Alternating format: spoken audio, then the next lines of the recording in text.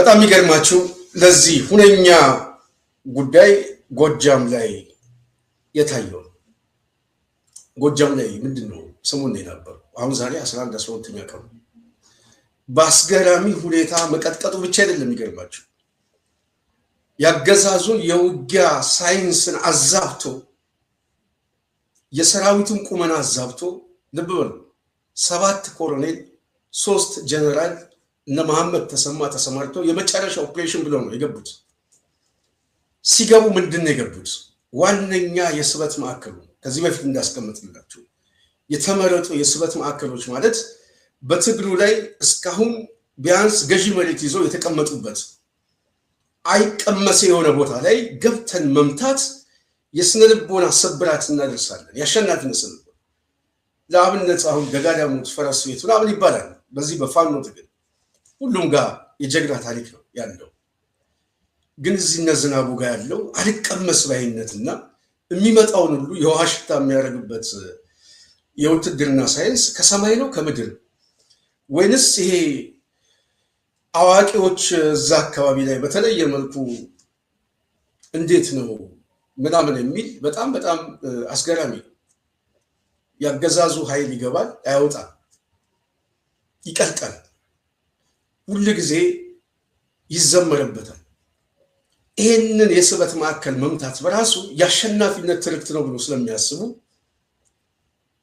የቆየ ገዢ መሬቱን መያዝ የሚከፈለውን ኮስት ለመክፈል ያለ የሌለ ኃይላችንን አስገባ ብሎ መካናይዝድ ኃይል በብዙ ቦታ ነው ያስገቡት።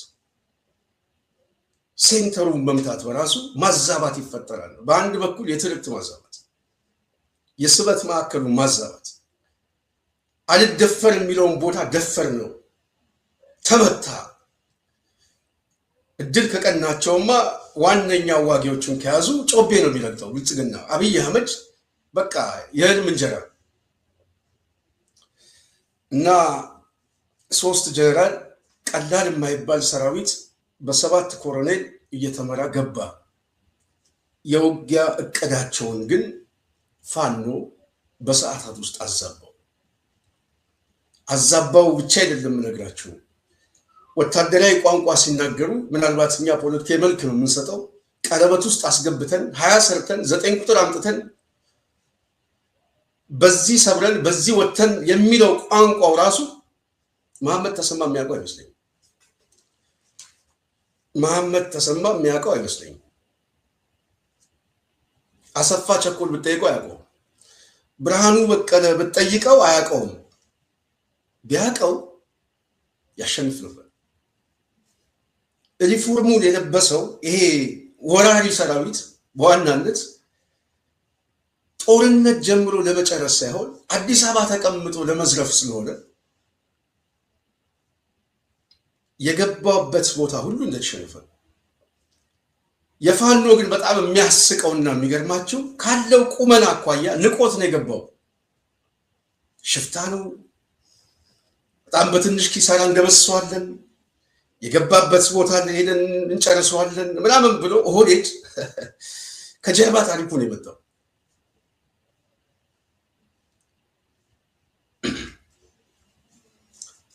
ሽፍታ ማን ነው ለሚለው ግን መልስ ሰጣቸው።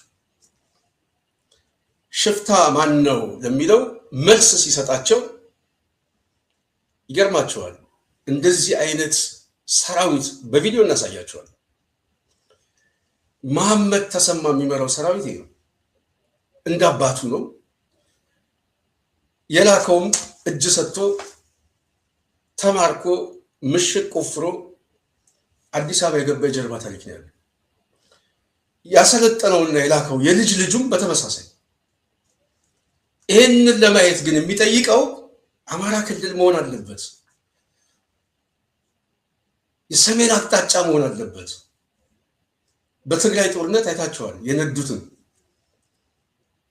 እነ ባጫ ታላቁ ሩጫ ነው ብሎ የተሳለቀበት ማለት ነው በራሱ ሰራዊት። አማራ ክልል የገባውን በተመሳሳይ በተለይ ጎጃም ላይ የገባውን ኃይል በዚህ ደረጃ አዛብተው ቀለበት ውስጥ አስገብተው 9 20 8 6 የሚሉት ወታደራዊ ሳይንስን ተጠቅመው ወደ አመድነት ቀየሩት። ገዢ መሬት ለመያዝ ያሰበው ቡድን ገዢ ጭንቅላቱ ጎጃም ምድር ላይ ተቀበረ። ህዝቡ ደግ ነው መቼም ወጥቶ ፍትሃትም አድርገን ነፍስ ይማር እያልን እንቅበር ይላል። ያው ሰውነት ስለሚሰማው የመጣው ጨፍጫፊ ቡድን ግን የሰው ልጅ የሚያጠፋ መብቱን የሚጠይቅ የማህበረሰብ ክፍል ለማጥፋት ሲገባ የገባው ኃይል ተመታ። እዚህ ላይ ችግር ተፈጠረ። እዚህ ላይ ችግር ሲፈጠር አብይ አህመድ የበቀል ብትር ከዚህ በፊት ደጋግመን እንደምናስቀምጥላችሁ ደቡብ ወሎ እዚህ መካነ ሰላም አባይ ማዶ ላይ አርሴማ ቤተክርስቲያን ንጹሃንን ሲገድል ተበቅሎ ነው፣ በቀል ነው። መሬት ላይ ያሉትን ሰዎች ማሸነፍ ሲያቅተው መነኮሳትን በመግደል ደም መላሽነቱን ለማሳየት ነው። ይሄ ነው አየህ፣ ሱሪ የታጠቀ ወንድና የአርበኛ ልጅና ወራሪ ሽፍታ ስነ ልቦናው፣ ባህሪው፣ አስተሳሰቡ ይሄ ወራሪ የጀርባ ታሪኩ የሚደፍረው ህፃናት ላይ፣ ሴቶች ላይ፣ ወላዶች ላይ፣ አረጋውያን ላይ ንባቡ ነው የምነግራቸው። የአርበኝነት ታሪክ ሳይሆን ያለው ከህፃን ልጅ ጋር መላፋት ነው። ሲሸነፍ ማልቀስ ነው። ልብ ያለው እናት የወለደችው ሲመጣ መሮጥ ነው። ደፍሮ የሚዋጋበት ስነ ልቦና የለውም። ደፍረው የሚዋጉ ኃይሎችን ሲያጣቸው እናቶችን፣ ሞኖክሲዎችን፣ ደካሞችን በመግደል ስሜቱን ማርካት የሚፈልጉ ላሰማቸው። በስራ መሃል የወረደው ድንገተኛ መቅሰፍት በአማራ ክልል ደቡብ ወሎ ዞን ቦረና ወረዳ ውስጥ በአባይ ወንዝ ዳርቻ የሚገኘው የአባይ ገዳም አስቄጤስ አቡነ አረጋዊና የቅድስት አርሴማ አንድነት ገዳም ሐምሌ 15 ቀን 2018 ዓ.ም እንደተለመደው በጸሎት በዝማሬና በመንፈሳዊ እርጋታ ተጀምሮ ነበር። ክረምቱን በሰላም ለመሻገር በማሰብ የገዳሙ እናቶች ወይም መነኮሳት ከገዳሙ ዛፍ ስር ተሰባስበው የክረምት እህል በማዘጋጀትና በመልቀም ላይ ነበሩ። የጠዋቷ ፀሐይ ሞቅ እያለች ስትወጣ ሰላማዊው የገዳሙ ድባብ በቅጽበት ወደ አስፈሪ የሞት ቀጠናነት ይቀየራል ብሎ ያሰበ ማንም አልነበረም።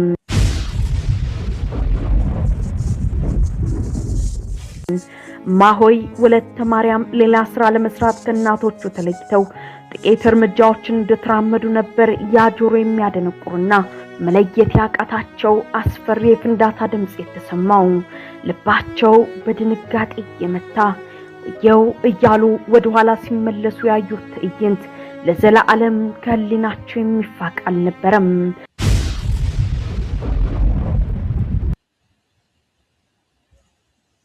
ልብ በሉ የጽና ቤተሰብ እንደዚህ አይነት በቀል ነው የሚፈጽመው።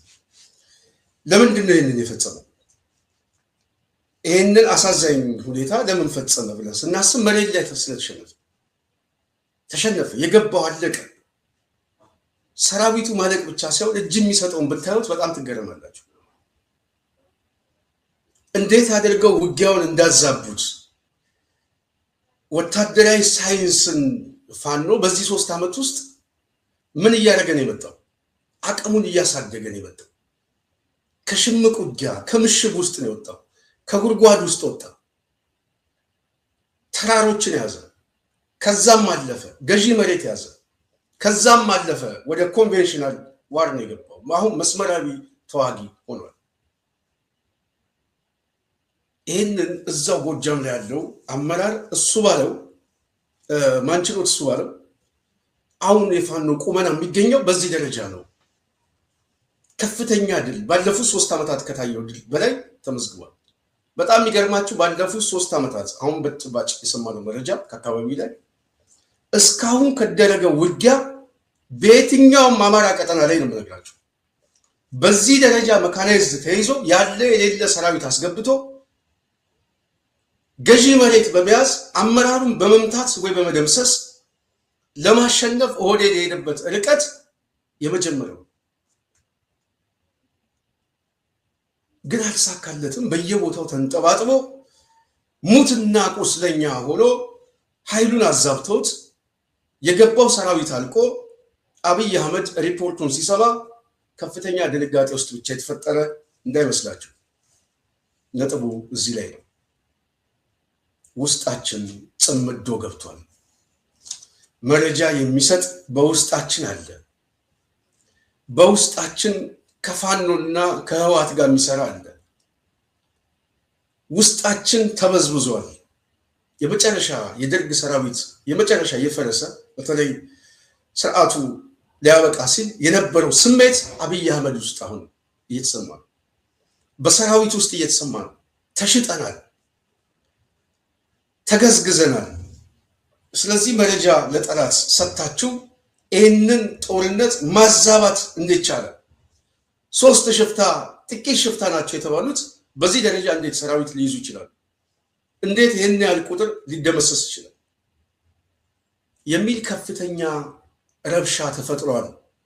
ተጨባጭውን ነገር ነው የምነግራቸው። በተለይ ከአማራው ጋር ያለው እዛ አካባቢ ላይ አድርባ ያለው ጄኔራል የሚባል አዋጊ አሁን የጠላት ኃይል ተሸካሚ ተብሎ በደንብ ፋክት እኮ ነው። ፖለቲካ ለሚገባው ሰው ኦህዴድ እየተሸነፈ ሲመጣ ይጠረጥራቸዋል፣ ያንሳፋቸዋል። ኦህዴድ እያሸነፈ ሲመጣ ደግሞ በመጨረሻ ላይ ጡረታ አድርጎ ነው የሚሸኛቸው። ሌላ ኃይል ነው አሰላለፉ የሚቀይረው። ስለዚህ አሁን እየተሸነፈ ሲመጣ እነዚህን ኃይሎች ሊበላቸው ነው። መሐመድ ተሰማ ብልጽግና ሊበላው ነው። እንዴት ነው የሚበላው የሚለው ነገ ጧት የምንሰማው። ግን መረጃ አዛብቶብናል። ለጠላት መረጃ ሰጥቷል።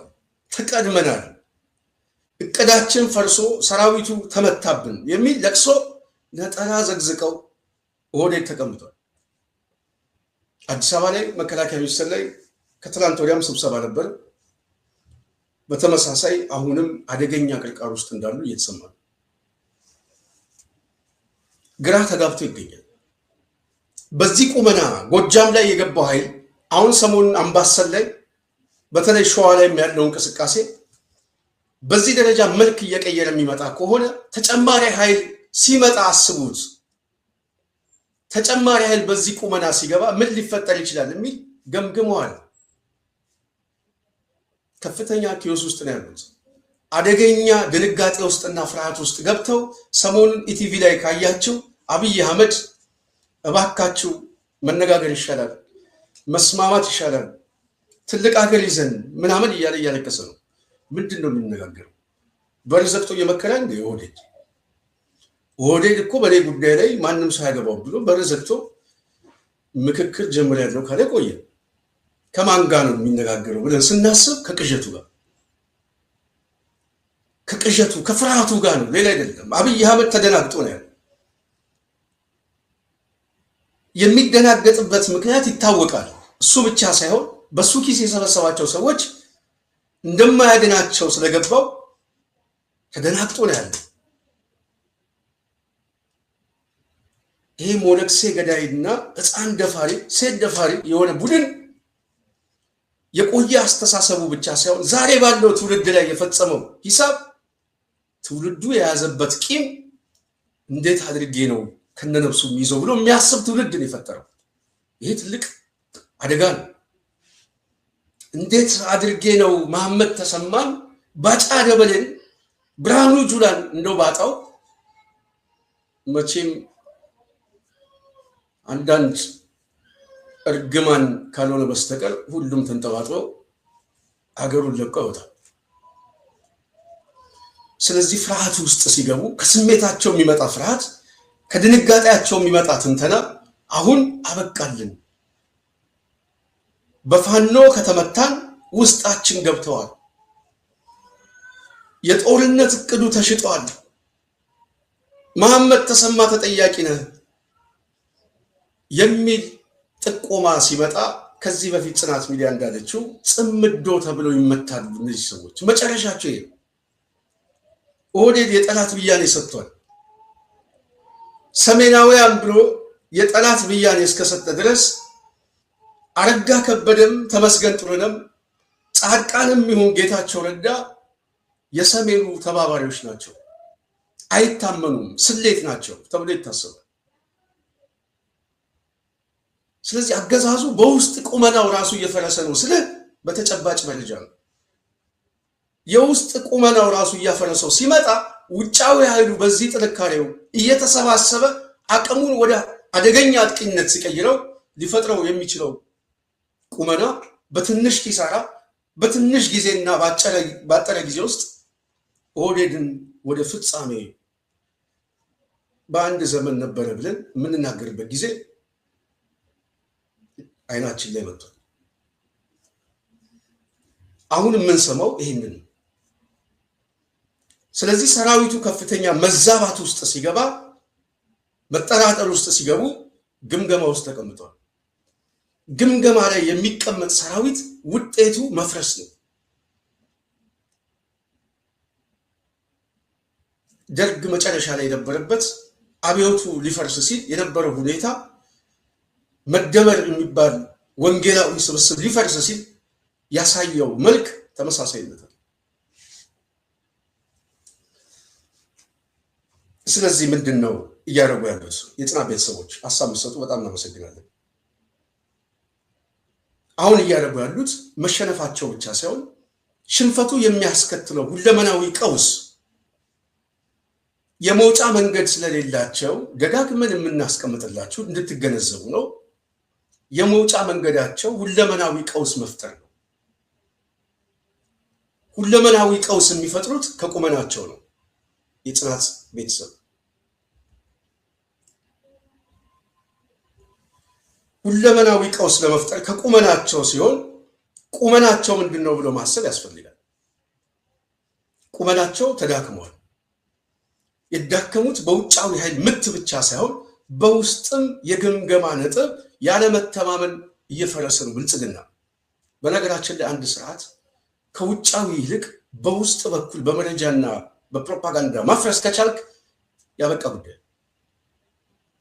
አሁን ኦህዴድ ብልጽግና ከዚህ በፊት የነበረ ጦርነት የምታስታውሱ ከሆነ የጦርነቱ የመረጃ ማዕከልና የፕሮፓጋንዳ ማዕከል ኦህዴድ አደናግረው የሰበሰባቸው ልሂቃን ነበሩ። ሜዳው ላይ የበላይነት የያዙት ሶሻል ሚዲያው ምናምን አክቲቪስቱ።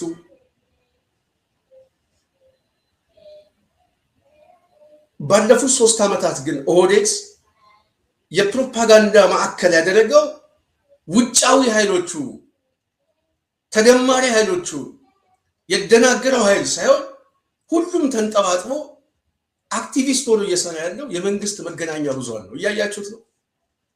አክቲቪስት ሆኖ በየቀኑ ሶሻል ሚዲያ ላይ ከዋና መደበኛ ስራ ወጥቶ አክቲቪስት ነው ቁጭ ብሎ እየጻፈ የሚፖስት የመጨረሻ ሰዓት ላይ ደረሰው። ኤአይ ፎቶ እያዘጋጀ ነው። ወደ አክቲቪስት ስርዓቱ እየተለወጠ ሲመጣ፣ ሌላው ግን ወደ መንግስት ቁመና እየመጣ ነው። ሂደቱን ይዩት፣ ጋፑን ይዩት። ውጫዊ ኃይል ተጠናክሮ እየመታው ሲመጣ፣ ይሄኛው ኃይል ግን በውስጥም እየፈረሰ ነው። ፕሮፓጋንዳ ማዕከል ላይ የነበረው ማሽኑ ከመደበኛ ስራ ወጥቶ የአክቲቪዝም ስራ እየሰራ፣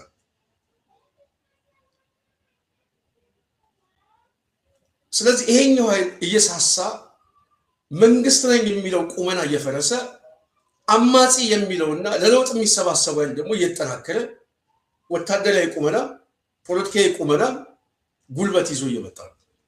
ፋኖ በዚህ ደረጃ እየመጣ ነው። ይሄ በውስጥ በኩል ያለው ምናምን የቀበሌ መጓተቱ እሱን የደፈነ ጊዜ ያበቃል።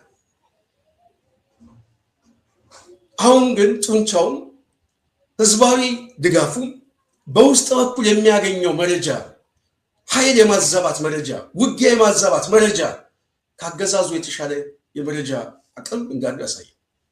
በነገራችን ላይ ጎጃም የገባውን ኃይል በዚህ ደረጃ ሲመቱት ዝም ብሎ አልመቱትም። ተጨባጭ የሆነ መረጃ አግኝተው መረጃውን ሲያገኙት ወደ ውጤት ቀየሩት፣ አዛቡት። አርበኛ ማክቤል የሚባል ልጅ አለ። በጣም ጀግና ልጅ ነው። በጣም ላሰማችሁ 29 ቀለበት ውስጥ ከቶ እንዴት እንደመታቸው ቅርጽ ውስጥ ነው ያስገባ ነው ማለት ነው። ሲሮጥ ሁሉም ተያይዞ አደረጃጀቱ በሙሉ ፈረሰበት ማለት ነው። 4 ዲሽቃዎች አካባቢ ተማርከዋል። 2 ሞርተሮች ተማርከዋል።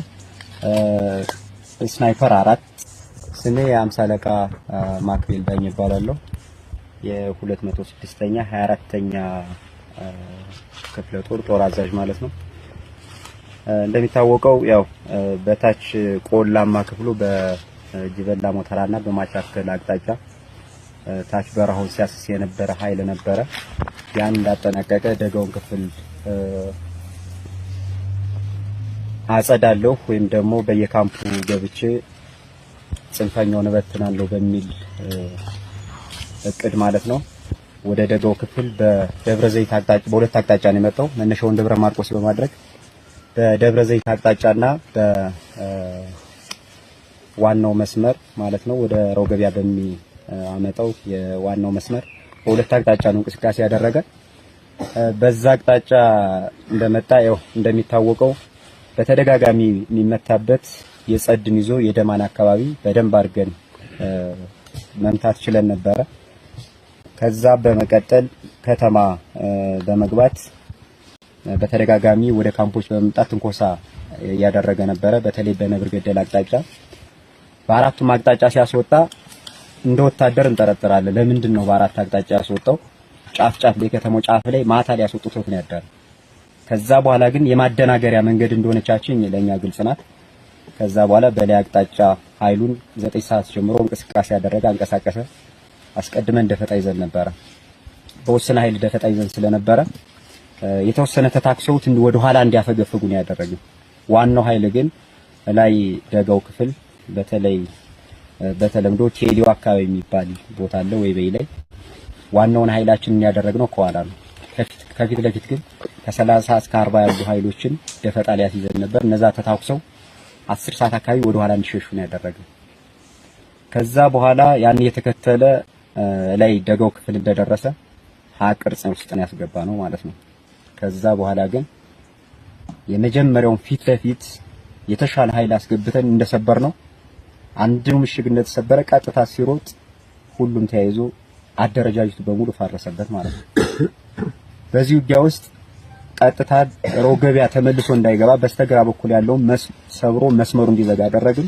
በተሳሳተ መንገድ ያልሆነ አቅጣጫ ወደ ጎዴብ ጫካ የሚባል አቅጣጫ እንዲሄድና ያው አደረጃጀቱ ቶሎ ዞሮ እንዳይዋጋ እግር በእግር እየተከታተለ እንግዲህ 3 ሻለቃ ነው ወጥቶ የነበረ ውስን ኃይል ገብቷል። ስለዚህ 4 ዲሽቃዎች አካባቢ ተማርከዋል።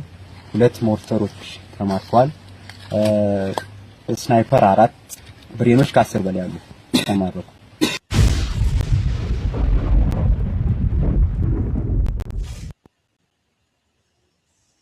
የጽና ቤተሰብ ያያችሁት ነው። በተጨባጭ ማስረጃ ነው የምነግራችሁ። እኛ 2 ቆመ ጠብቀኝ 10 ጥይት እያሳየን ተደመሰሷል። መሬት ላይ ያለውን በተጨባጭ ነው። ይሄንን የሚያመጡት ራሳቸው ፋኖች ናቸው። መሬት ላይ ያሉ ሰዎች ናቸው። የምናሳያችሁ መረጃ በተጨባጭ የሚታይ ህዝቡ አይቶ መፍረድ የሚችል የቁመና መለካካት እዚህ ላይ ሲመጣ እያሸነፉ ነው፣ እየደመሰሱ ነው። አመራሩ ጎጃም ላይ ያለው ማንችሎት እሱ ባለው ቁመናችን አድጓል፣ አሁን ወደ መስመራዊ ውጊያ ተቀይረናል። ሰሞኑን የተመዘገበው ድል ብቻ ለበርካታ ጊዜ የሚሰራ የፕሮፓጋንዳ ስራ ነበር። ይህንን የሚያክል ድል አስቀምጠን በውስጥ በኩል ያለ የቀበሌ መጓተት፣ የእርስ በርስ ሽኩቻውን ከዚህ በኋላ መዝጋት ያስፈልጋል። በድርጅት ባህል፣ ዲሲፕሊንና መርህ መገዛት አለብን። ትግሉን እያቀጣጠልን መምጣት አለብን የሚል መልእክት አስተላልፏል። መልእክቱ በጣም ረዘም ስላለ ካለን ጊዜ አኳያ ወደ እናንተ አላደረስንም። ሌላ ቀን እናመጣዋለን። የጽና ቤተሰብ ይሄ ገዢ ሀሳብ ነው። ጽናት ሚዲያ መሬት ላይ ላሉ ሰዎች መልእክት ማስተላለፍ ካለብን ከዚህ የተለየ መልእክት አናስተላልፍም። እያሸነፈ መሬት ላይ የሚመጣ ኃይል ሊሸነፍ የሚችለው በራሱ የውስጥ ቁመናና ዲሲፕሊን እጦት ድሎችን እየሰበሰበ ወደ ውጤት እያሻገረው የመንግስት ቁመናውን የሚያሳይበት ታይሚንግ ላይ መድረስ ካልቻለ ይህንን መለወጥ ብቻ ነው በደጋጋሚ ጊዜ የምንነግራችሁ። መሬት ላይ ያለው ቁመና ፋኖን አልቻልነውም የሚለው ብልጽግና ገምግሞ ፋኖ ወደ አዲስ አበባ ከመምጣቱ በፊት ምን ላዘጋጅ ብለው የመውጫ ሐሳብ የሚያዘጋጁት የቀውስ ትንተና። ይሄ የቀውስ ትንተና ከድላችሁ በፊት ከውጤታችሁ በፊት ሊያስከትለው የሚችለው አደጋ እና ሁለመናዊ ቀውስ ውጤቱ ዛሬ ላይ መገመት ባይቻልም አገዛዙ ካለበት ፍርሃትና መጨነቅ ግን ይህንን ጎን ለጎን እያዘጋጀው እንደሆነ ግልጽ ነው። ስለዚህ ህዝቡ አሁን ምን እየጠበቀ ነው? መንግስት እየጠበቀ ነው። የመንግስት ለውጥ። ይህን ፋክት ነው የምንነግራችሁ፣ ካለን ግምገማ ነው የምንነግራችሁ። በከተማ በለው በገጠር በለው ኢትዮጵያ ውስጥ ዛሬ የስርዓት ለውጥ የመንግስት ሰማያት መግቢያ ያህል ናፍቆታል። ይሄ ቡድን መንግስት አይደለም፣ ይሄ ቡድን ወደ ስልጣን መምጣቱ በራሱ እርግማን ነው፣ ቁጣ ነው የሚል ድምዳሜ ያለው በማህበረሰብ ውስጥ እኔ ምናልባት ጥቂት በብልጽግና ደሴት ውስጥ ያሉ 100,000 የማይሞሉ ሰዎች ካልሆኑ በስተቀር አብዛኛው ኢትዮጵያ ውስጥ ያለው ለውጥ የሚፈልግ ይህንን ለውጥ መቀበል የሚችል ቁመና ፋኖ አሁን ያስፈልገዋል። የመንግስት ካራክተር ያስፈልገዋል፣ ዲሲፕሊን ያስፈልገዋል፣ በመርህ መጓዝ ያስፈልገዋል። ውስጣዊ ድርጅታዊ ቁመናችሁ ላይ ትኩረት ማድረግ አለባችሁ። አንድነቱ ላይ፣ አስተሳሰቡ ላይ። ስለዚህ የመጣ እድሎች አሉ፣ ተስፋዎች አሉ። እነዚህ ተስፋዎች ዝም ብላችሁ አላመጣችሁትም። በመስዋዕትነት ነው፣ በድል የመጣ ነው። ይሄ መስዋዕትነት ወንድሞቻችሁን ቀብራችሁ የምታመጡት መስዋዕትነት። ስለዚህ መስዋዕትነቱን መጨረስ የሚያስፈልገው አሁን ፖለቲካሊ ከገጸ ባህሪ ከድርጅት ቁመና ከተለያዩ የሚታዩ ካራክተሮች ነው። እሱም ማሳየት ነው። በተለይ ሚዲያ ላይ ምናምን እዛም እዚህም ድንጋይ የምትወራወሩ ጽናት ሚዲያ እባካችሁ ብለን እንለምናቸዋለን። እባካችሁ ወደ ልቦናችሁ ተመለሱ ብላ ትጠይቃቸዋለች። አሁን የምንሰማው በተጨባጭ የምንሰማው ይህንን ኃይል አልቻልነውም፣ እያዛባን ነው፣ እየደመሰሰን ነው። ኦህዴድ ደግሞ ጽምዶ ውስጡ ተቀምጧል፣ መረጃ እየሸጣችሁ ነው እያለ ውስጣዊ ኃይሉን ሁሉ ማፍረስ ችሏል። ፋኖ በጣም በሚገርም ሁኔታ አሰላለፉን ማዛባት ችሏል። ይህን አሰላለፍ ፋኖ እያዛባ በተለይ ደግሞ ሌሎች አክተሮችን በኢትዮጵያ ፖለቲካ ላይ ወሳኝ ብያኔ እንሰጣለን፣ እድሉን እንጠቀምበታለን የሚሉ ኃይሎች የህወሓት ኃይሎች ወደ አዲስ አበባ መጥተን በብልጽግና መቃብር እጣ ፈንታችንን በይናለን የሚል ፖለቲካ አሊያንስ የመሃል መንገድ እንዲመጣ እድሎች መንገዶች የከፈተው ከፋኖ ቁመና ነው። ስትጠነክር አቅም ሲኖርህ ትሸጣለህ፣ ትገዛለህ፣ የትብብር ጥያቄ ትጠይቃለህ። የስርዓት ለውጥ ላይ በጋራ እጣ ፈንታ አብረን እንበይን የሚል ፖለቲካዊ መልኮች ይመጣሉ። ስትጓተት ጠላት ያጠቃል። ስትጓተት ማንም ሰውም አይፈልግህም።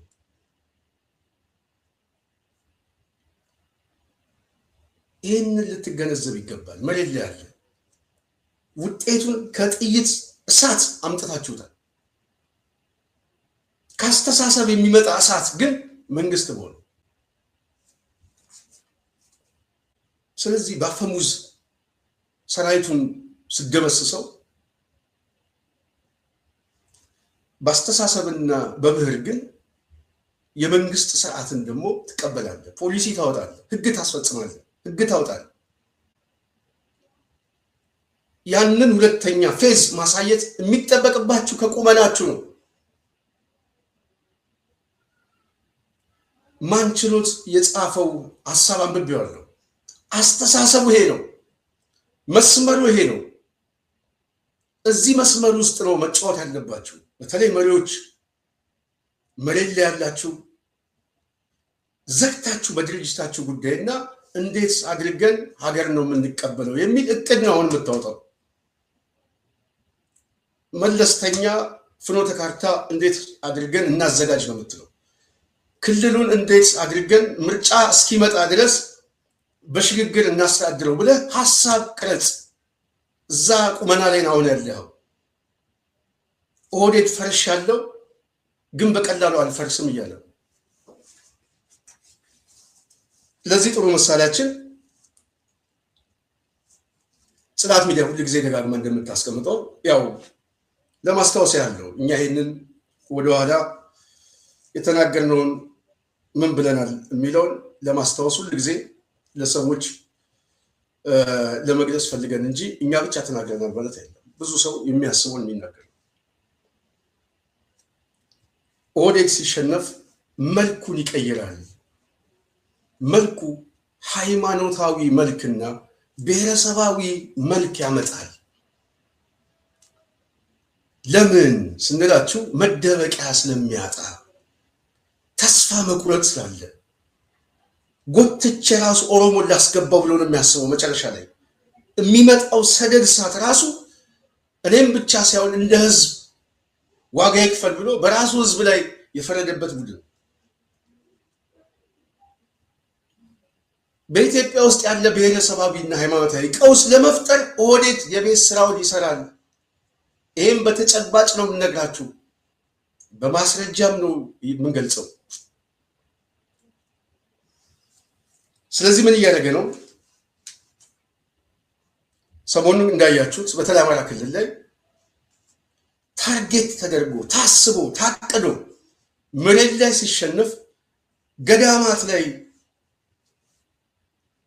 ድሮን ጥሎ ንጹሃን መነኮሳትን ሲገድል ዓላማው ቂም በቀሉና አስተሳሰቡ ይሄ ነው።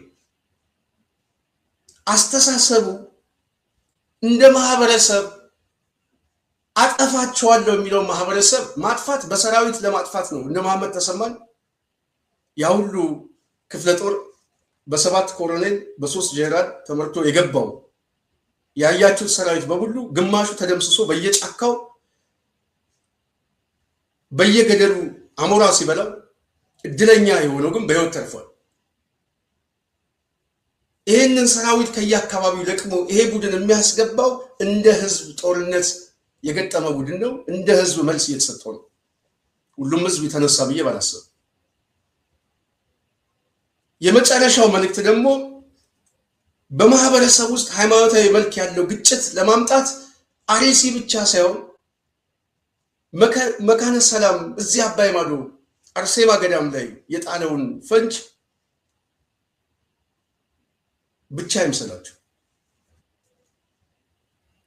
ከትላንትና ወዲያ እዚህ በሀዲያ አካባቢ ኦርቶዶክሶችን ነጥለው ገጀራ ይዘው የሚጨፈጭፉበት መሳሪያ ይዘው የአንድ አካባቢ ሰዎች ጨፈጨፏቸው። ተቋማቱን ቤተክርስቲያኑን በሙሉ አፈረሱት። መልኩን ይዩት። እዚህ ድሮን ጥሎ ለቅሶ ባለበት ሰዓት በተመሳሳይ እዚህ ማዕከላዊ ኢትዮጵያ የሚባልበት ቦታ ላይ እንደሻው የሚባል ፌደራል ፖሊስ እና ደህንነት መስሪያ ቤት ውስጥ የነበረ የብልጽግና ስኳድ ስለማውቀው ነው ያድርባይ በቀጥታ ከአብይ የሚመጣ ትዕዛዝ ወስዶ ልብ በሉ እዚህ ጋር ህዝቡ በድሮን ተመቱ መነኮሳት ብሎ እየጮኸ ባለበት ሰዓት በተመሳሳይ እዛን ቀን ጭፍጨፋ አደረጉ። ሌሊት 7 ሰዓት ላይ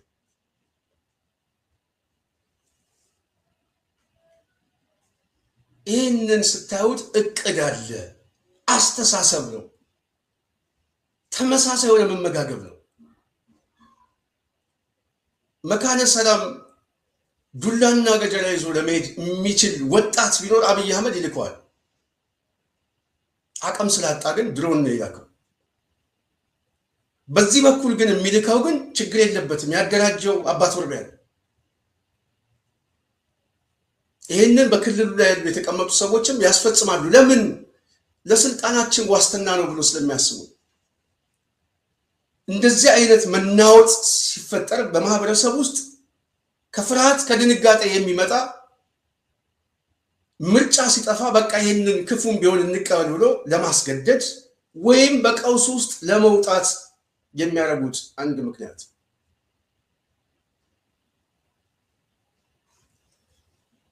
የህወሓት አመራር አቶ አማኑኤል የተባሉ ሰው በተለይ እዚህ ደቡብ ወሎ ላይ አርሴማ ገዳም የተፈጸመው ሆም ብሎ ነው፣ ታርጌት ነው፣ ይህንም ብልጽግና ነው በቀጥታ ኢላማ አድርጎ የመታው ብሎ ሲናገሩ በተጨባጭ ማስረጃው እሱ ነው። ዓላማው የግጭት ዓላማ ነው። ዓላማው በቀል ነው። በቀል የሚያስብ አስተሳሰብ አብይ አህመድ ለጓደኞቹ ነው፣ ለኛ አይደለም። ምናልባት በአንድ ሰዓት ላይ ሊቀርቡት የቻሉ ጓደኞቹ ጠላቶቼን እያጠፋው ነው፣ ታገሱኝ ነው ያላቸው። እድል ስጡኝ፣ ጠላቶቼን እያጠፋው ነው ሲል ጠላትህ እነማን ነው ብሎ ዛሬ መጠየቅ አይቻልም። ብልጽግና የጻፈውን የመደመር መጽሐፍ ገልጣ አንብቦ አስቀምጦታል። ቤተክርስቲያኗ ጠላቱ ነች፣ አማራው ሰሜናውያን ጠላቱ።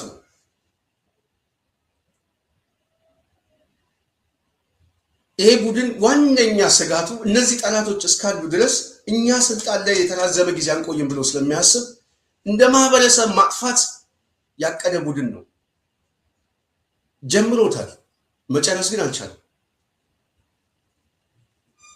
የሚጨርሰን አንድ በአንድ ስንመታ ከጠበቅን ብቻ ነው። አማራው ብቻ እየተመታ ሌላው ከቆመ ይሄን ጦርነት ሲጨርስ ሌላው ጋር ይመጣለታል። እሱን ሲጨርስ ደግሞ ሌላው ጋር ይመጣለታል። የጀመረውን ህልም ግን ወደ ቅዠት ለውጦ በኦህዴድና በዲማና በባጫ ደበሌ አስተሳሰብ ላይ የምትገነባ ሀገር መፍጠር ግን ዛሬ እየሞቱ ያሉ ሰዎች ልሂቃን ብያኔ ነው። አቶ አማኑኤል ይህንን ሲናገሩ የሰማ ይመስለኛል። ተራ በተራ መሞት የለበትም። ይህንን ስርዓት በቃ ማለት ያስፈልጋል፣ በመቃብሩ ለውጥ ማምጣት አለብን የሚል አሳሰብ ከዛ አካባቢ እየተሰማ ነው። በጣም የሚገርም ፖለቲካዊ አመለካከት እየመጣ ነው። የሚገርም የመሃል መንገድ እየተያዘ ነው። የአንዱን ቁስል ሌላው እያነበበ ነው። ሌላው ዜና እያደረገው ነው። የኔም ጉዳይ ነው እያለ ነው። ለዚህ ነው ደጋግመን አንዳንድ ጊዜ እንደዚህ አይነት ተስፋ ሊኖር ይችላል ብሎ ማሰብ ጥሩ የሚሆነው በዚህ ሰዓት ላይ ነው። በህወሓት ውስጥ ያሉ ሰዎች አሁን ምን አይነት ፖለቲካዊ ናሬቲቭ እያመጡ እንደሆነ ከቅርብ ጊዜ በኋላ የሚሰጠው ሐሳቦች፣ ሁኔታዎች መቼም ይገባኛል። አማራው አናምናቸው ምናምን ይላል። በጣም ተጠራጣሪ አመለካከት አለው። አንዳንዱ መጠራጠሩ ምናምን አይደለም። በተግባር የሚነገረው ማሰብ ግን የሚያቀራርብ ጉዳይ ነው። በጣም ትክክለኛ አቋም ነው። ስለዚህ ምን ተባለ? ሆን ተብሎ ነው የተፈጸመው፣ ታቅዶ ነው፣ ተሰልቶ። ይሄ በጨባጭ የምታዩት እዚህ መካነ ሰላም ላይ ተፈጽመው ህዝቡ እያለቀሰ ድንኳን ጥሎ እያለቀሰ ሶሻል ሚዲያው ላይ ለቅሶ ገና ባልቆመበት ሰዓት ሀዲያ ደግሞ ሄዶ ጨፈጨፋቸው። ነገ የተዘጋጀበት ቦታ አለ። እዚህ መሀል አዲስ አበባ ጭምር ነው የምነግራችሁ። ኦህዴድ ያዘጋጀው ይህንን ቡድን መቅደም የሚቻለው አሁን ባለው ቁመና ነው። ከዚህ ቁመና ውጪ የትም መሄድ አይችልም። አስተሳሰቡ ግን የሱ ብቻ ሳይሆን የተከታዮቹ ማስተሳሰቡ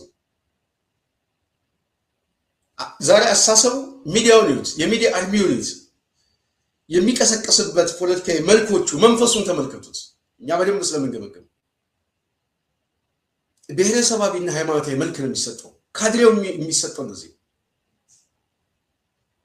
ካድሬው የሚያቀነቅለው በተመሳሳይ ነው ይሄ ከደህንነት የሚመጣ መረጃዎች ናቸው ስለ አማራው ከትግሬው ጋር ማፋጠጥ ሃይማኖታዊ መልክ መስጠት አሪሲ ላይ የነበረውን ጭፍጨፋ በዝምታ ያለፉት ሳያወግዙ መጨረሻ ላይ ወደ ተከላካይነት ያገዛዙ ተከላካዩ እነዚህ ኃይሎች ናቸው አክተሮቹ እነዚህ ኃይሎች አዲስ አበባም ተቀምጠዋል ዲሲም ተቀምጠዋል እድል ስናገኝ እጅና ምላሳቸው እንደምንቆርጥ ቃል እንገባለን ወደዛ ለመሄድ ግን የሚያስችለን እርሾዎች አሉ ጥፋታቸው ማምከን የምንችልበት እድሎች አሉ እነዚህ እድሎችን በትብብርና ሰዓቱን በመጠቀም ይህንን ቡድን አስጨንቆ መደምሰስ ያስፈልጋል ማፍጠን ነው የሚያስፈልገው እንጂ ህልማቸው ግን ወደዛ ነው የሚሄደው አዲስ አበባ ላይ የተቀመጠችውን ካድሬ ቅድም አሰመቻቸው አንድ አርቲስት አስቴር በዳኔ የሚሏት ሰው በጣም ነው የሚያሳዝነው ግን ጊዜ የሰጠው ቅል ድንጋይ ይሰብራል እንደሚባለው እንደዚህ አይነት መንፈስ እንደሆነ ልንገነዘበው ይገባል አሁን ትልቅ ችግር ወይም ትልቁ ጦርነት ያስነሳው ትላለች አስቴር አሁን ጦርነትን የሚያመጣ በተለይ በዚህ ትውልድ ያለብን ምንድነው ብለህ ከጠየቀኝ የሆነ ብሔርና ሃይማኖት የሀገር ባለቤት ነኝ ብሎ ተቀምጧል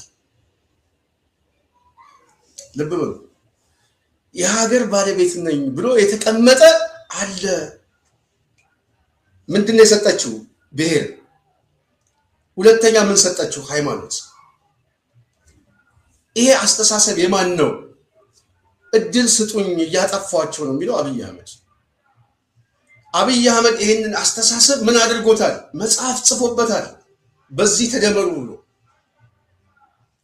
በዚህ ነው የምንደመረው ብሎ ጽፎ በዚህ የሚደመሩ ወንጌላውያን አሰባስቧል የጥፋት ወንጌላውያን እናውጣቸው እነዚህ ምናልባት ሐቀኞቹ ቀላል የማይባለው አሉ እነሱን ነው የጥፋት ተልዕኮ ያላቸው ኃይሎች ግን ተሰባስበዋል ቤተ መንግስት በምን ተሰባሰቡ በዚህ የብሔር መጥፋትና በዚህ ሃይማኖት መጥፋት ላይ ያሰባስባቸው እሱ እንደጋራ ጥቅም ነው የሚያዩት እንደጋራ ጥቅም የሚያዩት እነዚህ ኃይሎች ምን ይሉታል በተለይ እቺ ሰው ስትናገር አስተሳሰቡን በቀጥታ ከቤተ መንግስት የመጣ አስተሳሰብ እንደሆነ ውሰዱት በራሷ የምታመጣው ፖለቲካ አቅም የላት ታውቃለች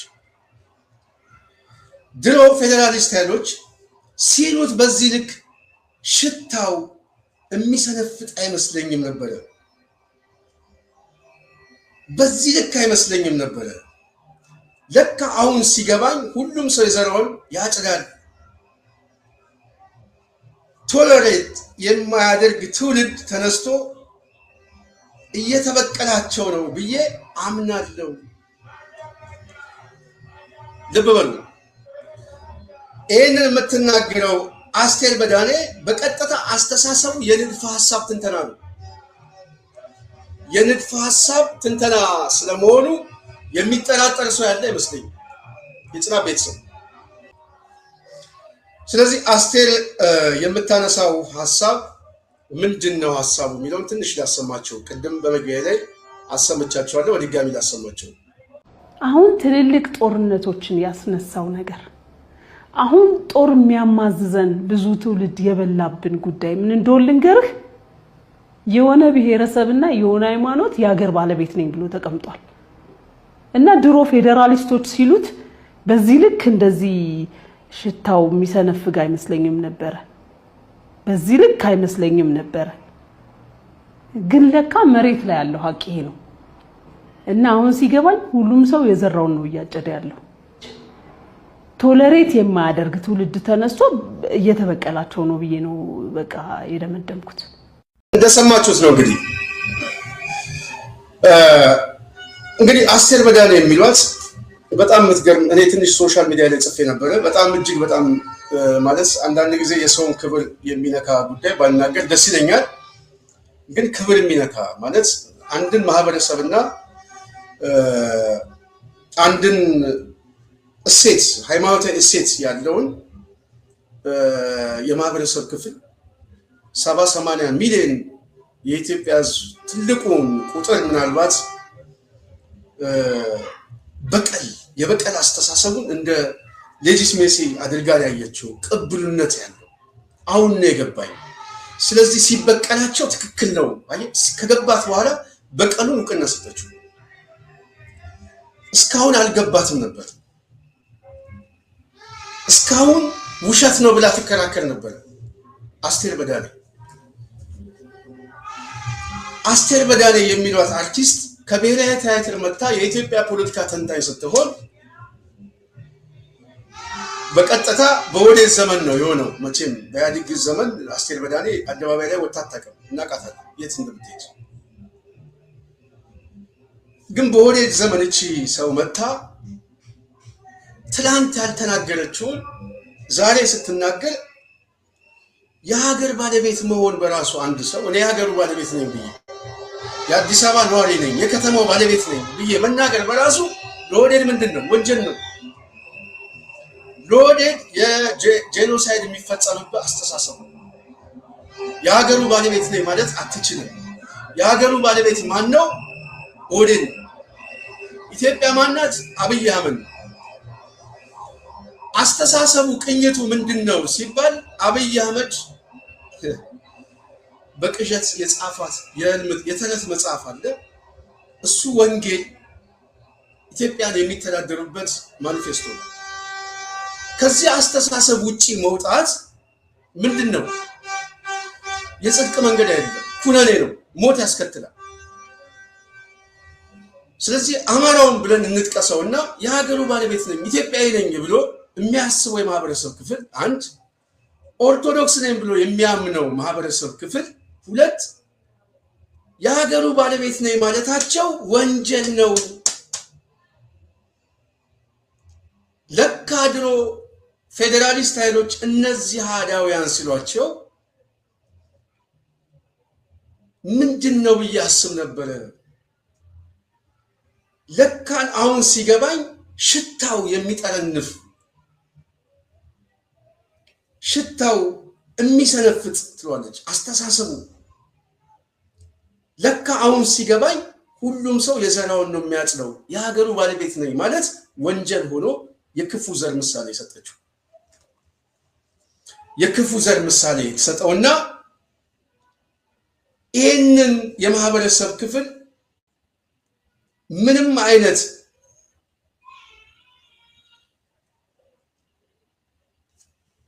መረዳት የማይጠይቀው ማሰብ የማይጠይቀው ትዕግስት የሌለው የጭካኔ ትውልድ ተፈጥሮባቸው እየተበቀላቸው እንደሆነ ነው የማስበው፣ ነው የምደመድመው ነው ያለችው። በቀል ነው የተያዘው። በቀሉ ምን አድርጓለች? እውቅና ሰጠችው። እውቅና ስትሰጠው ከዚህ በፊት ፌዴራሊስት ኃይሎች የሚናገሩት የበቀል አስተሳሰብ አሁን ነው የገባኝ። ይሄ የጽንሰ ሐሳብ ትንተና ነው። በነገራችን ላይ የጽናት ቤተሰብ ትንሽ አንዳንድ ድምፅ ከረበሻችሁ ይቅርታ፣ በአካባቢው ላይ አንዳንድ ትንሽ ስላሉ ነው። እና አሁን ነው የረበሻቸው፣ አሁን ነው የገባኝ የሚል እሳቤ አምጥታለች። ይህ እሳቤ የቤተ መንግስቱ እሳቤ 4 ኪሎ የሚሰበሰበው የባጫ ደበሌ የሌንጮ ለታ መጽሐፍ አስቴር በዳኔ አንብባው መረዳቷ ብቻ ሳይሆን አስተሳሰቡ ደግሞ የአብይ አህመድ ነው። የአብይ አህመድ አስተሳሰብ ደግሞ የሚቀርባት ለበዳኔ ልጅ ነው፣ ለቸኮል ልጅ አይደለም። ስለዚህ አስቴር በዳኔ ይህንን ማህበረሰብ ማጥፋቱ ትክክል ነው ብላ ሚዲያ ላይ መታ ስትናገር የሚጠይቃት ሰው የለም። አዲስ አበባ እዛ ውስጥ ያለ ምናምን የሚያናግራት ሰው የለም። በጣም የሚገርማችሁ እሱ ጆሮዋን የሚቆነጥራት ሰው የለም። እንደው በአስቴር እንኳን ቅጣት ሌላው ይማር የሚል ትውልድ የለም ብላ ነው። ከዚህ በፊት አንድ የዚህ ማዘጋጃ ቤት ተላላኪ አለ ግርማ ሰይፉ የሚሉት አዲስ አበባ ውስጥ የተፈናቀለ ሰው ካለ አምጣና ሳየኝ ቤት ያልተሰጠው ብሎ ሲናገር በጣም ይገርሞኛል። ተፈናቃዩ አለው ብሎ ማየት ሳይሆን ይህንን እቡይነት ማስተንፈስ የሚችል ትውልድ ቢፈጠር እንደነዚህ አይነት ሰዎች አደባባይ ላይ ወጥተው አይናገሩ። ሌላው ስለሚፈራ ሌላው እንደዚህ አይነት ነገር ውስጥ አልገባም ስለሚል ዛሬ አደባባይ ላይ ነው ብልጽግና ይህንን የንድፈ ሐሳብ ትንተና ያነበቡትም ያሳደጋቸውም ልጆቹን አምጥቶ ሚዲያ ላይ አብይ አህመድ ሞታችሁ እልቂታችሁ በቀል ነው፣ ይህንን በቀል የማይታገስ ትውልድ መነሳቱ ደግሞ ይመስለኛል። ይህንን ጽናት ሚዲያ ሁሉ ጊዜ እንግዲህ ለአድማጭ ተመልካቾቻችን እናገራለን። ካደረ ቁስል የሚመጣ የበቀል አስተሳሰብ ነው ምላቸው። ብርሃኑ ጁላ፣ ሹማ አብደታ፣ ብርሃኑ በቀለ ምናምን የተባለ ሰሜኑን እናጥፋው፣ ጎጃምን እናጥፋው፣ ጎንደርን እናጥፋው፣ ሸዋን ወሎን እናጥፋው ብሎ አማራውን እናጥፋው ብሎ ሲያስብ በቀል ነው። አዲስ አበባን እናጥፋው ሲል በቀል ነው። ከበቀል የሚመጣ አስተሳሰብ ነው። ይሄ በቀል ከጀርባ ታሪክ የሚመጣ አስተሳሰብ ነው። ለዚህ ነው ሰሞኑን በዚህ በምክክር ኮሚሽን አዲስ አበባ ኬኛ ምናምን የሚለው ጎልቶ መውጣት የሚፈለገው። በነገራችን ላይ እኔ እሱን አደባባይ ላይ አምጥተው ቢያሳኩት ደግሞ የበለጠ እኔ ትግሉን ያፈጥነዋል ብዬ አስባለሁ። በጣም እንደው የወንድነታቸው ቁመና ይለካ ነበር። የወንድነታቸው ቁመና ነው የምነግራቸው። በጣም ሊያጫውታቸው የሚፈልግ ትውልድ እየተፈጠረ ነው። በነገራችን ላይ አደብ ሊያስገዛቸው የሚችል ትውልድ እየመጣ ነው። እሳት የሆነ ትውልድ። ይህንን ስናገር ዝም ብለን ተረት አይምሰላችሁ። ደሙ የተንተከተከ ትውልድ። ይሄ ትውልድ ጎጃም ብቻ የለም ያለው፣ መሀል ከተማ ላይ ያለ ጦርነቱን እዛ ያዛባው ትውልድ አይነት ከተማው ላይ ደግሞ ያለውን ኃይል ሊያዛባ የሚችል ትውልድ አለ። ስንናገር ይህንን ተረት እንዳይመስልህ፣ ነገ ጠዋት ተገልጦ ታየዋል። አደባባይ ላይ መጥቶ ታየዋል። ይሄ አደባባይ ላይ መጥቶ ስታየው እኛ የዛን ሰዓት እንስቀባሃለን። አጫጭር ቪዲዮ እያመጣን ነው የምናሳየህ እንጂ ዜና ብለን አንናገርም። ይሄ ትውልድ ሲመጣ እኔ በእርግጠኝነት የምናገረው አስቴር በዳኔ ነበረች ብሎ የሚጨርሳት ትውልድ። በብልጽግና መደብ ውስጥ የተሰባሰበ ኃይል የሚተርፍበት እድል አይሰጠውም። የሚተርፍበት ነው ነገራችሁ። ተያይዘን እንውደቅ የሚል የጥፋት ስሌት ይዞ ስለመጣ ተያይዘን እንውደቅ የሚለው ስሌቱ በራሱ ውጤቱ የመጨረሻው ስርዓቱን ከደጋፊው ጋር ይጨርሰዋል። አስቴር ለዛ ራሷን አመቻችታ የመጣችው አንዷ እኔ ነኝ ብላ የመጣችው። ዋጋ ትከፍላላችሁ፣ ዋጋ ስትከፍሉም እናንተን የሚረዳ ትውልድ የለም፣ ስለዚህ እየተበቀላችሁ ነው፣ ገና ትሞታላችሁ ብላ በየነችብን። እንገናኝ ነው የምንለው፣ ያገናኘን ነው የምንለው፣ ድልድዩ ላይ ጠብቂን ነው የምንላት።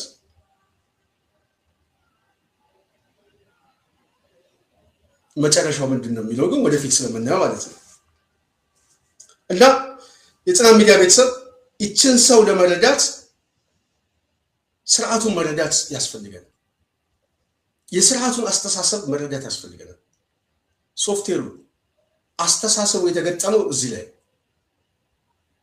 በኢትዮጵያ ፖለቲካ ላይ የመንግስት ቁመና ይዞ መጫወት ያልቻለው በዚህ አስተሳሰቡ ነው። ብዙ ሰው ግራ ይጋባል። መንግስት መሆን አይችልም። መለስ ዜናዊ ይሄ ቡድን ሀገር ከመራ አገሪቱ ትፈርሳለች ያለበት ትንቢት እኮ ተፈጸመ በኢትዮጵያ ውስጥ። መንግስት መሆን የማይችልበት የመንግስት ካራክተር የለው። ሰፋ አድርጎ እንደ ማህበረሰብ አያስብ። ራስ ወዳድ ነው፣ ስግብግብ ነው፣ የጠላት ብያኔ ያለው ነው፣ ነጣቂ አስተሳሰብ ያለው ነው። ሁሉን ነገር በሙሉ ሰብስቦ ይወስድና አንተ ባዶ በመሆን ሁለመናዊ እጦት ውስጥ መግባትህ፣ ረሃብህ፣ ግድያ፣ ሞትህ፣ ጉስቁልና ራሱ የሚያስደስተው የፖለቲካ አስተሳሰብ። እኔ እንደዚህ አይነት ፖለቲካ ሎጂክም ያለ አይመስለኝም። አለ እንዴ ማለት በሰዎች ኪሳራ ላይ በሰዎች ማጣት ላይ የተመሰረተ የበላይነት። አንዳንድ ጊዜ እኮ ብልጣብልጥ የሆነ የፖለቲካ ስርዓት አለ። ቢያንስ ኢህአዲግ ብልጣብልጥ የሆነ የፖለቲካ ስርዓት ሆኖ ነው ፖለቲካውን የሚጫወተው። አምባገነን ስርዓት ቢሆንም ዳቦ ግን አያሳጣም። ተራምጠህ ዳቦ የምታገኝበትን እድል ፈጥሮልህ ጥበቃ ይሰጥሃል። ፖለቲካው ላይ ካልመጣህበት በስተቀር በሌላ ወንጀል ላይ የህግ የበላይነትና ፍትህ ያሳያል። ፖለቲካሊ ብቻ ሲሆን ግን የራሱን ጨዋታ ይጫወታል። አብይ አህመድ እኮ ፖለቲካዊ ጨዋታውን ብቻ ሳይሆን ወንጀልንም በራሱ እንደ አንድ የፖለቲካ መሳሪያ አድርጎ ነው የሚሆነው። ፖሊስ ልኮ አንድ ባለሀብት ጋር ዘረፋ አስፈጽሞት የራሱ ሪፐብሊካን ጋርድ የሚባለው ጥበቃ እገታና ይሄ ማጅራት መቼ ሆነው በየከተማው ላይ አዲስ አበባ ፖሊስ ኮሚሽን ብትሄዱ ይሄ ነው። በአጠቃላይ በየቤቱ ግዳጅ እየገቡ በመሳሪያ ገንዘብ የሚዘርፍ ሌባ ነው ያለው የእሱ ጥበቃ። ይሄንን እንደ ህጋዊ እውቅና ይጠቀምና ተከሳሾች በደል ደርሶብናል ብለው አዲስ አበባ ፖሊስ ኮሚሽን ሲከሱ እነሱንማ መያዝ አንችልም ተብሎ ከሳሾች ይታሰራሉ። እኔ ይሄ አጋጥሞኛል፣ በተጨባጭ ያጋጠመኝ። የተዘረፉ ሰዎች ታሰሩ ስም አጥፍታቸዋል ተብሎ። መጨረሻ ላይ ግን ያ ሪፐብሊካን ጋር ጠባቂ የተባለው የጅማ አካባቢ ተወላጅ እንደሆነ ተይዞ መጣ። እሱ ሲያዝ እነዚህ ሰዎች ግን ከወር በላይ እስር ቤት ተቀምጠዋል። ሲያዝና ተይዞ መጣ ተብሎም የተቀመጠው 2 ቀን ነው፣ 1 ቀን ነው የተቀመጠው፣ ወጣ። ኢትዮጵያ ውስጥ ያለው የወንጀል ስርዓት ይሄ ነው። ኦህዴድ ማለት በሌላው ቁስልና ኪሳራ ከፍተኛ እርካታ የሚሰማው ነው። የጦርነት እርካታው ራሱ የሚመጣው ይሄ ነው፣ ከበቀል የሚመጣ አሳሰብ ስላለው። ከተማ ውስጥ ድህነት ተስፋፋ። ኦኬ አዎ ድህነት ተስፋፋ፣ ግን ድሃ ሆነ ማየት ኦህዴድ እንደ ግብ ነው የሚያየው። ዓላማ የለሽ ነው። ህዝቡ ተጎሳቆለ ምናምን፣ ፖለቲካ ክራይሲስ አለ፣ ጦርነት አለ ምናምን ስትለው ደጋረገ ነው የሚል። ያንተ መጎሳቆል የእሱ ስኬት ነው። ሁለመናዊ ኪሳራና ውድመት ውስጥ ስትገባ ተሸነፈ እጅ እንድትሰጠው ይፈልጋል። ከቻለ በቃ ምርጫ የለኝም ብለህ ወይ እንድትሰደድ፣ ከሀገር እንድትወጣ፣ ራስን እንድታጠፋ፣ ተስፋ እንድትቆርጥ፣ ቀኑ ሁሉ እንዲጨልምብህ፣ ይህንን አስተሳሰብ ነው የሚከተለው ወደድ። ይህ አስተሳሰብ በራሱ ስልጣን ሊያቆየኛል ብሎ የሚያስብ ቡድን ነው። ይህ አስተሳሰብ ግን የገዛቸው ሰዎች እነ አስቴር በዳኒ ናቸው። መግዛት ሳይሆን ተጠምቀውበታል። የቤተ መንግስት ወንጌል ላይ ተጠምቀዋል። በዚህ አስተሳሰብ ኦህዴድን ምንጊዜም ስንለካው ኢትዮጵያ ውስጥ መንግስት ብሎ መጥራት አይቻልም። ይህን ቡድን ከተማ ላይ የተቀመጠ ወራሪ ሽፍታ ነው። የ16ኛ 15ኛ ክፍለ ዘመንን ታሪክ የሚደግምና ያ አስተሳሰብ ያለበት ሀገረ መንግስቱን ማፍረስ የሚፈልግ ነጣቂ የሆነ ቡድን ከኢትዮጵያ ህዝብና ማህበረሰብ ጋር የጋራ ስነልቦና የምጋራው የለም ብሎ የሚያስብ እንደሆነ ብያኔ መስጠት አለብን። መጀመሪያ ለማሸነፍ የጠላት ብያኔ ስንሰጠው የባዕድ አስተሳሰብ ተሸካሚ እንደሆነ ብያኔ መስጠት አለብን። ታሪካዊ ጠላት ነው ያለ። ይሄ ታሪካዊ ጠላት ከዚህ የሚመጣ አስተሳሰብ ስለሆነ ስለዚህ ይሄንን ቡድን ስንታገሰው እድል ስንሰጠው የበለጠ እያደቀቀን ይመጣል። እድል መስጠት የለብንም አንደኛ። ሁለተኛ በጣም መፍጠን አለብን። ሶስተኛ ግን ሊያስከትለው የሚችለውን አደጋ ማንበብ ያስፈልጋል። ግጭት የሚያመጡ ናሬቲቭ ዝም ብሎ አይደለም። እነዚህ መልኮቹ ብሔረሰብና እቺ ሰው በተናገረችው ሃይማኖታዊ መልኩ የኦህዴድ የፍጻሜው ጨዋታ ነው። የዋንጫው እሱ ላይ ነው። ይህንን ማፍጠን ግን የሚገባው ሌላው ተሰባስቦ ያለውን ኃይል በመጠቀም ይህንን ኃይል ወደ መደምሰስ የሚሄድበት ተስፋ አስቆራጭ ሁኔታ ውስጥ በተጨባጭ ማሳየት ሲችል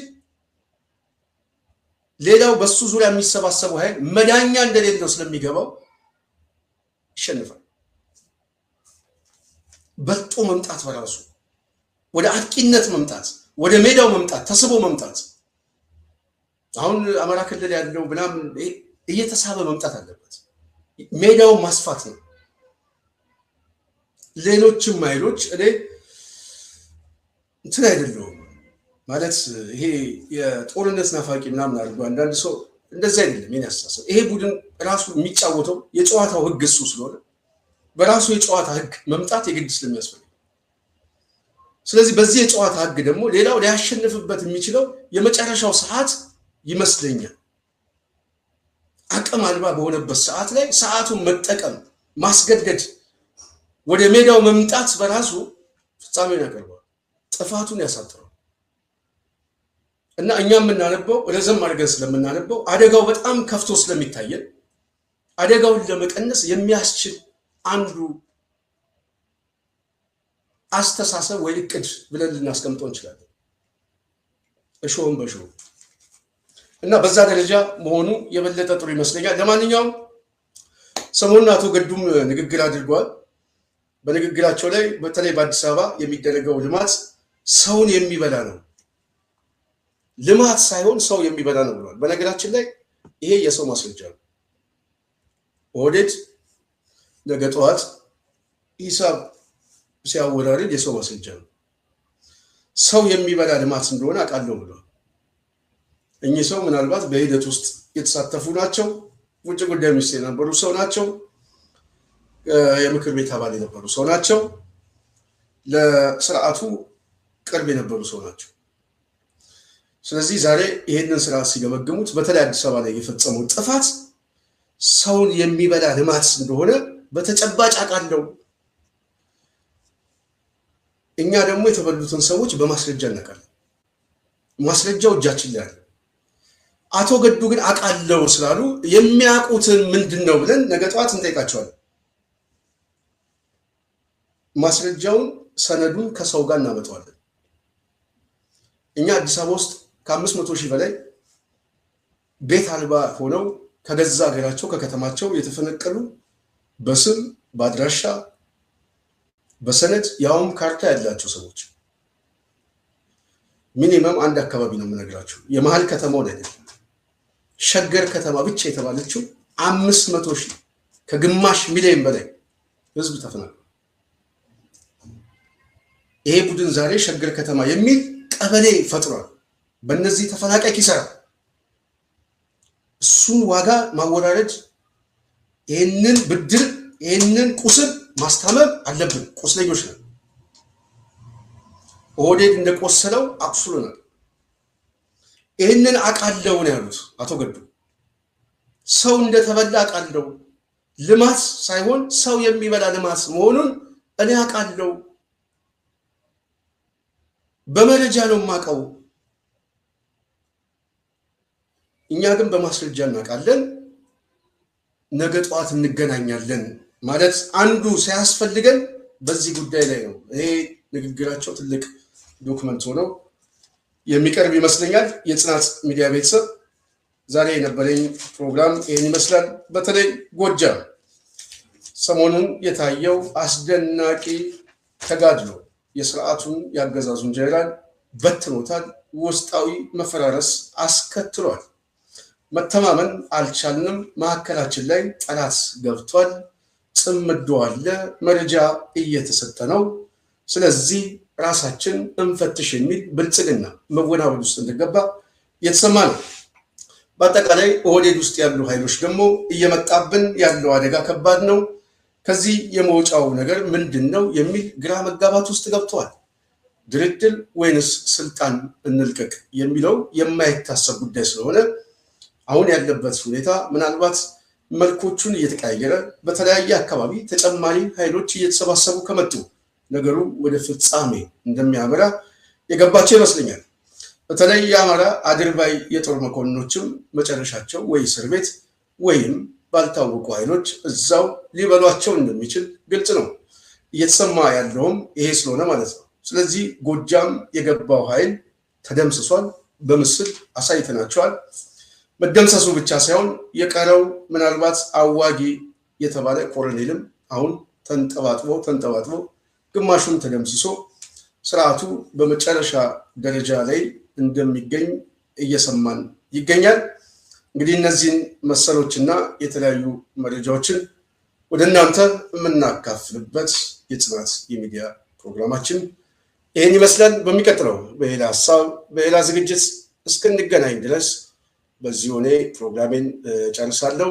የተለያየ ኮመንት የሰጣችሁ ሰዎች ከልብ እናመሰግናለን። ጽናት ሚዲያን በርታ እያላችሁ ነው። ከልብ እናመሰግናለን። ጽናትን ደግፉ፣ ሀሳብ ስጡ። ጽናት የህዝብ ድምፅ ነች። ስለነበረን ቆይታ ከልብ ነው የማመሰግነው። የጽናት ቤተሰቦች በሚቀጥለው በሌላ ሀሳብ በሌላ ዝግጅት እስክንገናኝ ሙሉ ፕሮግራም ያዘጋጀሁላችሁ እኔ ስንታየሁ ቸኮል ነኝ። በዚሁ ይሰናበታለሁ።